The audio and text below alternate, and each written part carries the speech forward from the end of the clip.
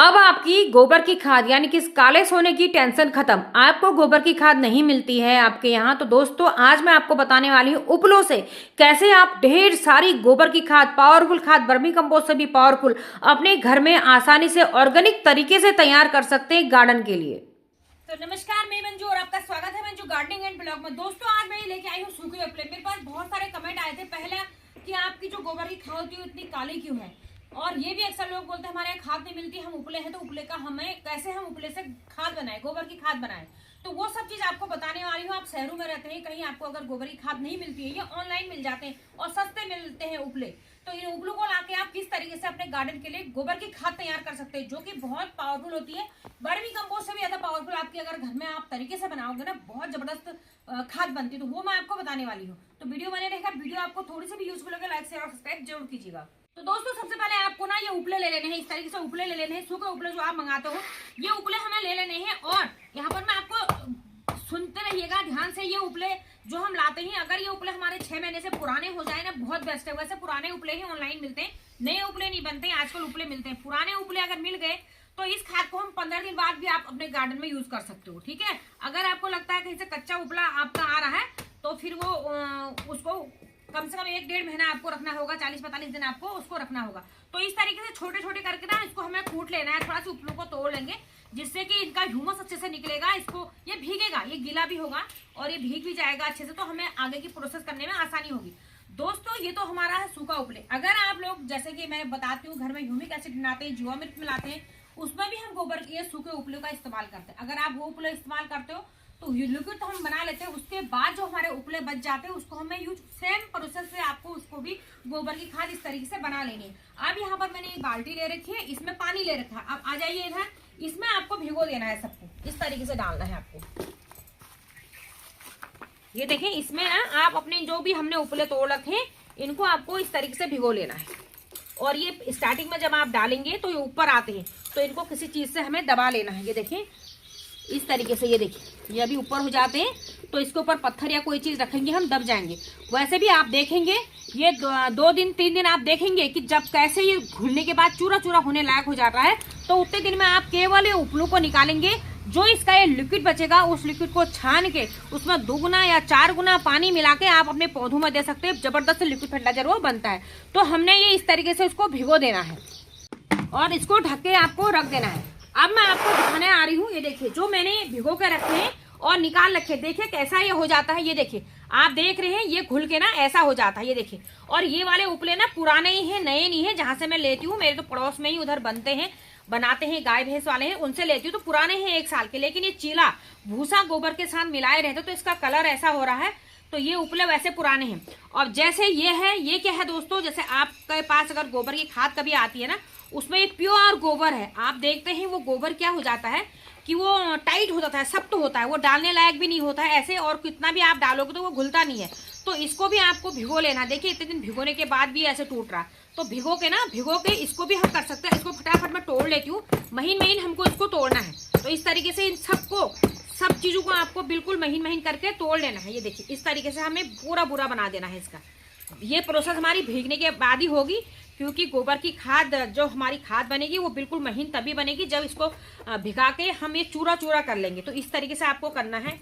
ये देखें, क्योंकि गोबर की खाद जो हम डालते हैं महीन होती है और तभी हमारी यूजफुल होती है। जब महीन होती है हम अपने क्यारी में उसको मिलाते हैं, ठीक है, इस तरीके से। तो ये सूखी खाद भी ना गीली हो जाती है कुछ हमारी, जब ये डिकम्पोज होगा तब भी ये मुलायम नरम हमारी हो जाएगी। तो इस तरीके से फटाफट इसको सारे का सारे को पहले अच्छे से तोड़ लेती हूँ। तो दोस्तों जो ये उपले थे ना, कंडे भीगे थे, वो तो बिल्कुल चूरा हो गया। लेकिन जो मेरा सूखा हुआ गोबर मैंने ले रखा था ना, ये बहुत टाइट हो रहा। मैंने 3-4 दिन इसको भिगोया, लेकिन अभी बहुत टाइट है। इसको मैं इसी में भिगोने डाल दूंगी। लेकिन जब मैं हम इसमें नमी बनाए रखेंगे, इसकी खाद जो हमारी बनानी है ना, तो नमी जब बनेगी तो ये धीरे धीरे जो है ढीला हो जाएगा। तो ये बाद में मैं इसको मिक्स कर लूंगी इस तरीके से। तो आप अगर लेकिन आप वो करेंगे ना, जैसे आप लाएंगे उपले लाएंगे, तो आपका उपला बिल्कुल चूरा हो जाएगा इस तरीके से, ठीक है। आप सूखा गोबर में थोड़ा टाइम लगता है। सूखा गोबर हो सकता था मुझे 10-15 दिन भिगोने के बाद सूखा गोबर का जो है ना एकदम महीन बनेगा। तो चलो कोई बात नहीं, इसमें ह्यूमस अंदर हमें नमी बनाई रखनी है, तो ये धीरे धीरे वो होगी। मैं इसको फिर बाद में कर लूंगी। तो इस तरीके से जब आप बनाओगे तो आपका भी इस तरीके से हो जाएगा, बिल्कुल महीन आपका चूरा हो जाएगा ये। अब जो हमने ये कर दिया, इसमें मैंने ले रखी मिट्टी। दोस्तों अपनी गार्डन की सॉइल जरूर लीजिए। ये मिट्टी बहुत सारे हमारे माइक्रोन्यूट्रिएंट्स को बढ़ाता है जो हमारे गार्डन में, तो ये मिट्टी बहुत अच्छी होती है, मिट्टी बहुत जरूरी है, आप इसमें मिला लीजिए। अब मैं आपको यहाँ पर बता दूं, अगर कंडे ना आपके बहुत पुराने हैं, काले हो रखे हैं, बिल्कुल पुराने हैं, खुद ही गोबर तोड़ने में काला हो जाएगा, तो ये जो प्रोसेस मैं कर रही हूँ ना, आप 15 दिन के बाद उसको डाल सकते हैं। और नहीं तो अगर आपको पीला हो रहा होगा, डाल तो आप इसको भी सकते हैं, क्योंकि अगर कंडे पुराने हो पीले दिखते हैं। लेकिन अगर आपको काली गोबर की खाद बिल्कुल करनी है तो आपको हिलाते रहना होगा, बनाते रहना होगा उसको, और जब वो काली हो जाए तब आप उसको यूज करेंगे।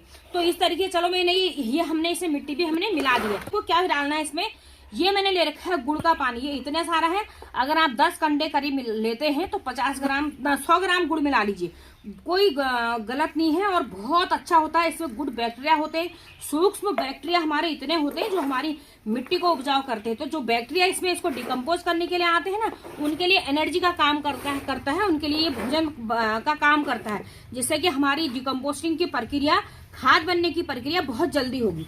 दूसरी चीज हम इसमें क्या लेने वाले हैं, यह है लस्सी, छाछ, मट्ठा। प्लेन है, बहुत से लोगों के बहुत कमेंट आ रहे हैं, मैं हर वीडियो में आप लोगों को बताती हूँ। इसमें नमक है ना चीनी है, प्लेन है, इसमें कोई चीज भी आपको नहीं लेना है। ये हमारा यूरिया का काम करता है, जो तुरंत हमारा चीज को जलाता है, यूरिया पौधों पेड़ों को, तो वैसे ही ये इसको डिकम्पोज करेगा बहुत जल्दी। इसमें जो लैक्टिक एसिड बैक्टीरिया होते हैं वो हमारे इसको बहुत जबरदस्त पावरफुल खाद बनाते हैं। तो ये हमने इसमें मिला दिया है। ये सब चीजें आपको ऐसे मिला देनी है। मिलाने के बाद देखिए मैंने ये बाल्टी ले रखी है, ये मेरी कंपोस्ट की बाल्टी है, नीचे से इसमें होल होना बहुत जरूरी है। अब ये सारे जो खाद है ये हमने बना रखा है ना, इसको जो है हम इसमें डाल देंगे। तो और कुछ आपको नहीं डालना है, बस सीधा हम इसको इसमें डाल दे रहे हैं। देखें, इसमें मैं इसको डाल देती हूँ।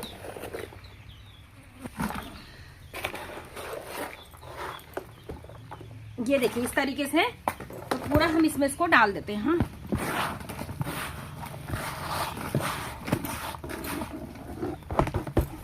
ये देखिए इस तरीके से हमने इसमें डाल दिया है। ये देखिए, तो एक बार में मैं इतना ही बना रही हूँ, बार बार हम इसे मिलाएंगे तो फिर ये खराब हो जाएगा। इतना ही हम इसको मिला रहे हैं। और दोस्तों इसको ना हमें भी ढक के रखना होगा। कैसे रखना होगा, इसको हम ढक के रख देंगे और आपको ना इसको हर दूसरे तीसरे दिन इसको हिलाना होगा।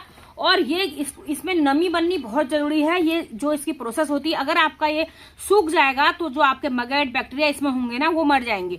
तो इसमें अगर आपको लगता है कि ये सूख रहा है तो इसमें हल्का मॉइस्चर पानी आपको डालना होगा।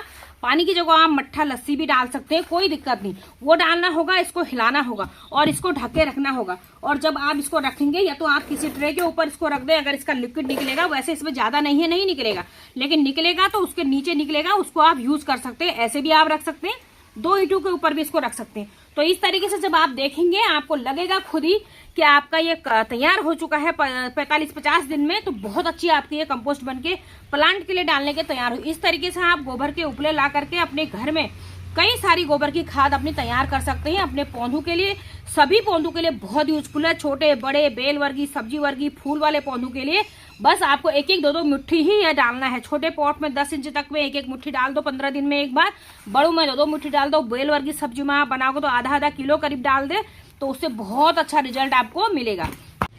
तो दोस्तों इस तरीके से ना जब इतनी प्रोसेस आपकी हो जाएगी तो ये देखिए काली काली खाद आपकी बनके तैयार होगी। अगर आपके पास गोबर की खाद है, जैसे आपके पास उपले से भी आप एक्स्ट्रा खाद बनाना चाहते हैं ना, मेरे पास क्योंकि खाद होती है तो मैं इसको बनाती, तो मैं इसमें एक यही चीज डालती हूँ। अभी मैं अभी आपको दिखाने के लिए बना रखा है, तो मैं इसमें जैसे थोड़ा वर्मी कंपोस्ट मिला देती हूँ, धान की भूसी मिला देती हूँ, नीम की खली मिला देती हूँ, और अंडे के छिलकों को क्रश करके डाल देती हूँ। मूंगफली वगैरह के छिलके जो होते हैं, सूखी चीजें डालती हूँ, केवल सूखे हल्के पत्ते भी डाल देती हूँ। बहुत पावरफुल खाद उससे बनती है, लेकिन उसको बनने में 2.5-3 महीने थोड़े से हमें लगाने पड़ेंगे। तो मेरे पास काफी गोबर होती तो मेरी ये बनती रहती, तो मैं इसको रख देती हूँ, ये अपना मेरी बनती रहती। तो इस तरीके से ये बनाती हूँ। तो आप भी एक्स्ट्रा चीजें आपके पास है, सिर्फ यही नहीं, सूखी पत्तियां क्रश करके डाल सकते हो, अंडे के छिलकों को ग्राइंड करके या बिल्कुल चूरा करके डाल सकते हो।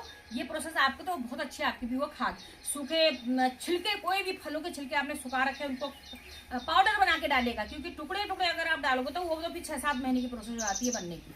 तो कम से कम 45-50 दिन में ये चीजें हमारी बन जाती है। तो ये थी आज की वीडियो। आई होप कि आपको वीडियो पसंद आई होगी। जरूर से कमेंट कीजिएगा, बताइएगा, और मिलती हूँ नई वीडियो में। तब तक के लिए bye bye, happy gardening, take care.